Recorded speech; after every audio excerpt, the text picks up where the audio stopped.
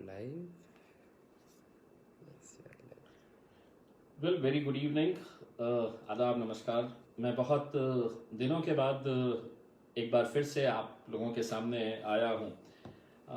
औरंगाबाद ज़िले के ही नहीं, मैं जिस मुद्दे के ऊपर बात करने के लिए आया हूँ ये औरंगाबाद के लोगों से तो ताल्लुक़ रखता है, लेकिन मैं समझता हूँ कि तमाम गरीब लोगों से ताल्लुक़ रखता है।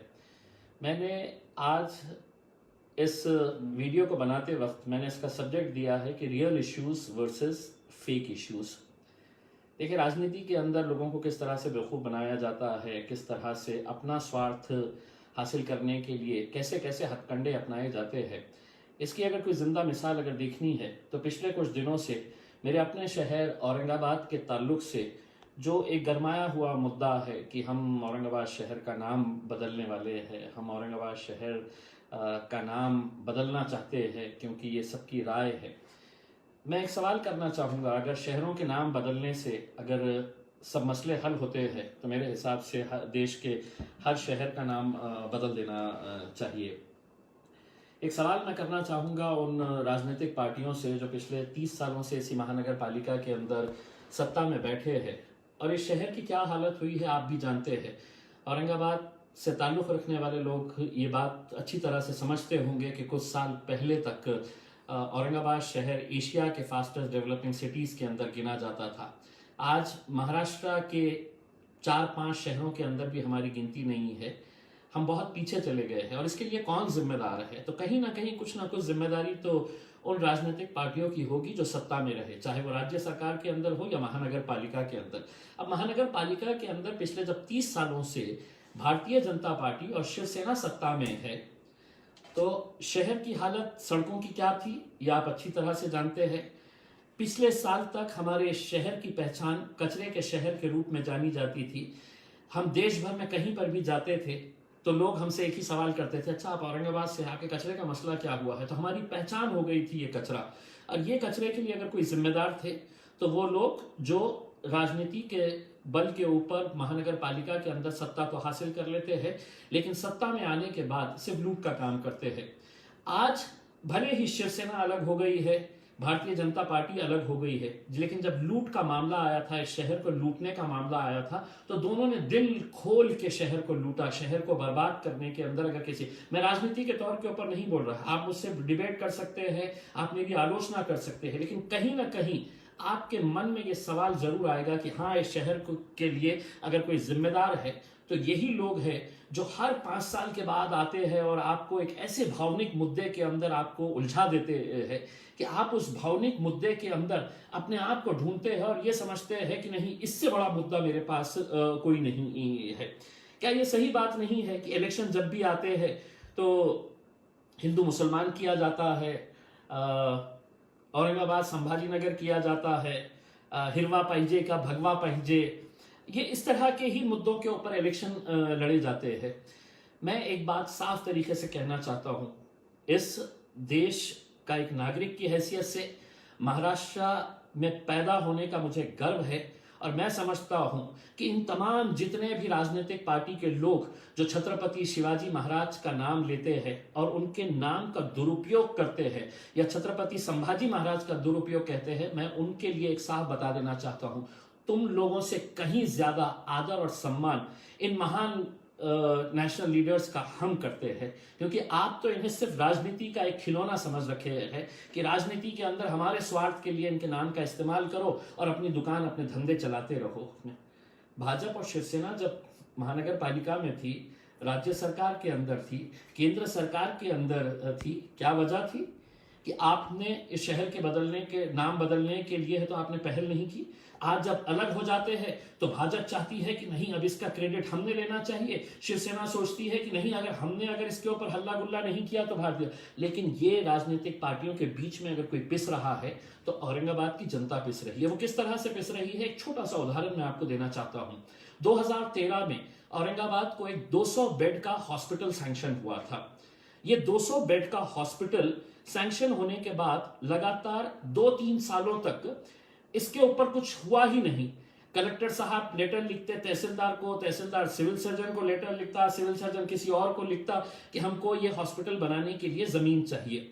मैंने जब ये आमदार बना मैं 2014 के अंदर, और जब इसका रिव्यू लिया तो मुझे हैरानी हुई कि शहर के अंदर एक ही हॉस्पिटल है सरकारी, वो घाटी हॉस्पिटल है, जहां पर सिर्फ औरंगाबाद के ही नहीं बल्कि आसपास के 13 जिलों के गरीब मरीज यहां पर इलाज करते हैं। कैसी हालत होती है उनकी, कभी वो लोग जो राजनीति कर रहे हैं जाकर देखिए लेडीज डिलीवरी वार्ड के अंदर कि जमीन के ऊपर पेशेंटों को लिटाया जाता है, ये आज भी हकीकत है।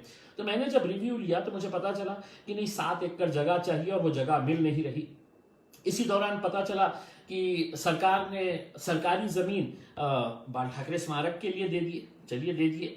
फिर पता चला कि नहीं सरकारी जमीन गोपीनाथ मुंडे साहब के स्मारक के लिए दे दिए। मैंने इन मुद्दों को लेकर विधानसभा के अंदर आवाज उठाई, और मैं सिर्फ जबानी कह रहा हूं ऐसा नहीं है, आज भी आप यूट्यूब के ऊपर जाइए और मेरे जितने भाषण है आप यूट्यूब के ऊपर जाकर इम्तियाज जलील के भाषण असेंबली के आप सुनिए, मैंने कितनी मर्तबा मुद्दा उठाया। लेकिन सरकारें थी, सरकारों को क्या लेना, आप मरे या जिए उनसे कोई लेना देना नहीं है। उन्हें तो नाम बदलना है, शहरों का नाम बदलना है, क्योंकि उनके लिए वो एक राजनीतिक मुद्दा है। और आपकी भावनाओं को इस तरह से भड़काया जाएगा कि देखिए ये खासदार किस तरह से विरोध कर रहा है। मैं कतई विरोध नहीं कर रहा हूं। आप नया शहर बसाइए, अच्छा शहर बसाइए, या एक शहर को इस तरह वर्ल्ड क्लास बनाइए कि उस शहर को इसका नाम देने की आपने सोचना चाहिए। अरे जिस शहर के अंदर खड्डे पड़े हैं, जिस शहर के अंदर कचरा है, जिस शहर के अंदर आज भी 8-8 दिन पानी नहीं मिलता है लोगों को, मैं कट्टर शिव सैनिक हो या भारतीय जनता पार्टी के भक्त हो, उनके घर में कभी जाओ और उनकी माओं से, उनकी बहनों से, उनकी बेटियों से पूछो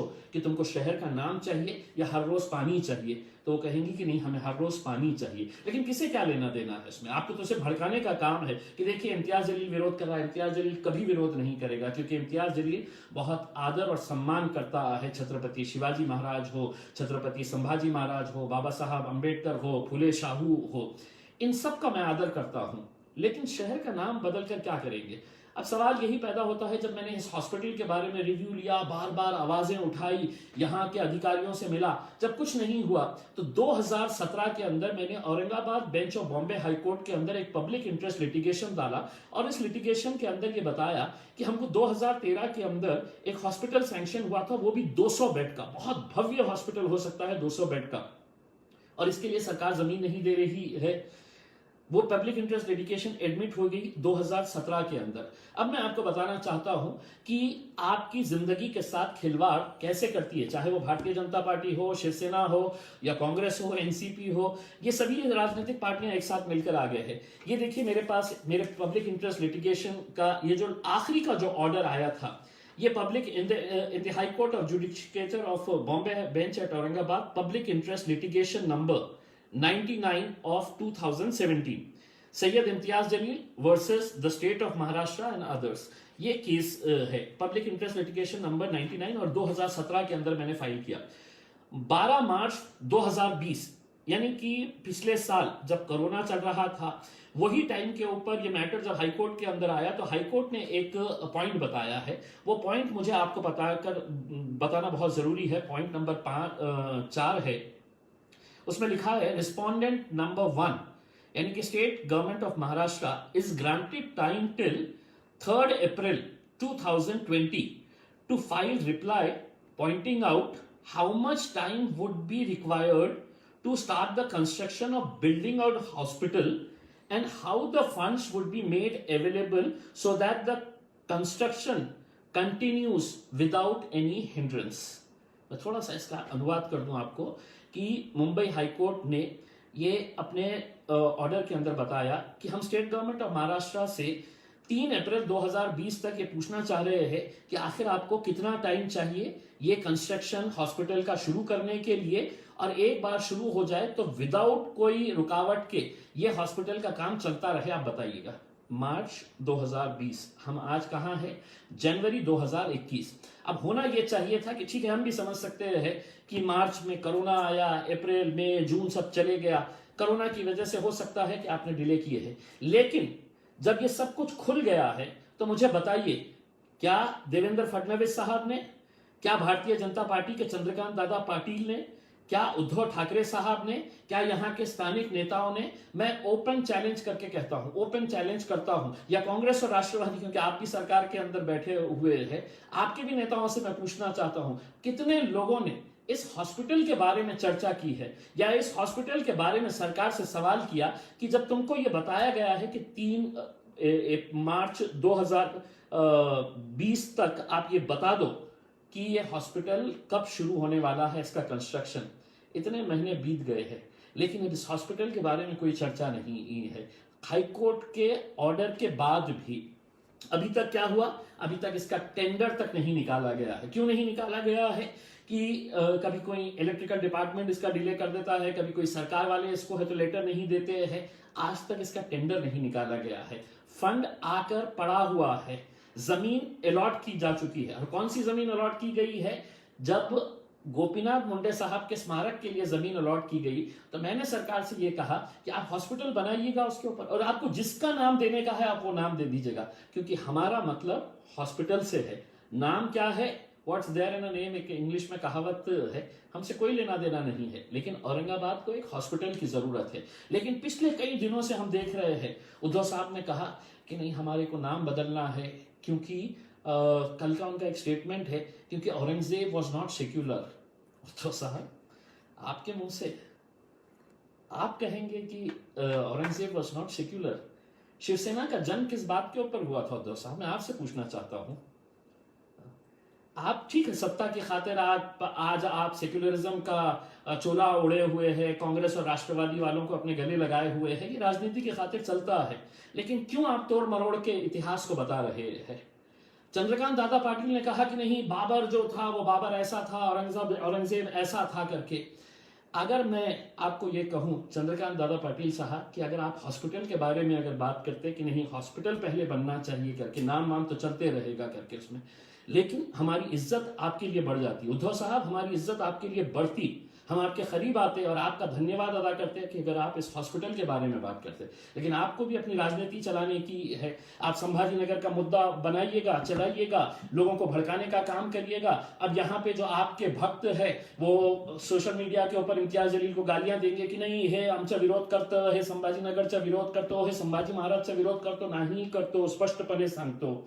संभाजी महाराज मेरे लिए मैं समझता हूं आप लोगों से कहीं ज्यादा आदर का मुकाम रखते हैं, क्योंकि ये लोगों ने जो उस मुकाम के ऊपर पहुंचे थे, मैं समझता हूं कि शिवसेना हो, भारतीय जनता पार्टी हो या राष्ट्रवादी कांग्रेस हो, जो अभी खामोश बैठी है इस मुद्दे के ऊपर कि किस तरफ जाए, किसको अपनाए, क्योंकि उनकी भी अपनी दुकानें धंधे चलाना है, तो खामोश बैठे रहो करके इसमें, तो उनका मकसद यही है कि हमको इलेक्शन जैसे ही आया तो इन मुद्दों को उठाओ, लेकर जाओ, पब्लिक को घुमाने का काम करो, पब्लिक के अंदर एक जोश पैदा करो, यही धंधे करते हुए आए हैं।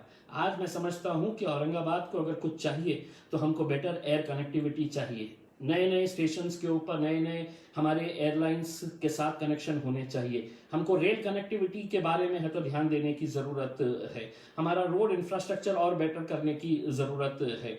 पानी का जो मसला है, आज भी अगर 8-8 दिन के बाद पानी आता है और उस शहर को आप संभाजी महाराज का नाम दे रहे हैं, तो मैं समझता हूं कि संभाजी महाराज जितने बड़े थे आप उनको उतना ही छोटा बना रहे हैं अपनी इन हरकतों से, अपनी इस घटिया राजनीति की वजह से। एक इतने महान शख्स को आप इतने छोटे लेवल के ऊपर मत लेके आइए, मैं आप लोगों से हाथ जोड़कर विनती करता हूं।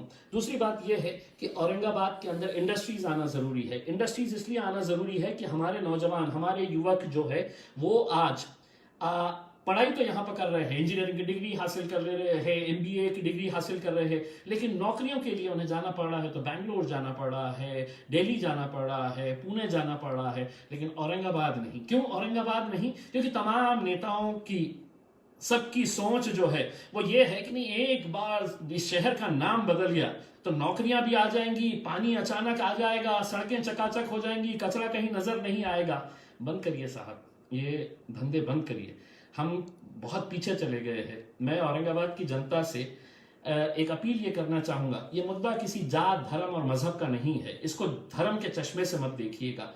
अगर आज हम इस शहर का विकास करेंगे, जिले का विकास करेंगे, तो आने वाली पीढ़ी को इसका फायदा होगा। हर घर में बच्चा है, कोई भी माँ बाप नहीं चाहते हैं कि हमारा बच्चा नौकरी के लिए कोई दूर मुकाम के ऊपर चले जाए। हर माँ बाप अपने बच्चों को करीब रखना चाहते हैं, लेकिन सिर्फ इस तरह की राजनीति की खातिर। और मुझे मालूम है जैसे जैसे इलेक्शन करीब आएगा, मुझे जब पहली मर्तबा पता चला कि दोबारा से ये मुद्दा जिंदा हुआ है संभाजी नगर का, तो मैंने फौरन लोगों से ये कहा कि इलेक्शन आ गए हैं लगता है।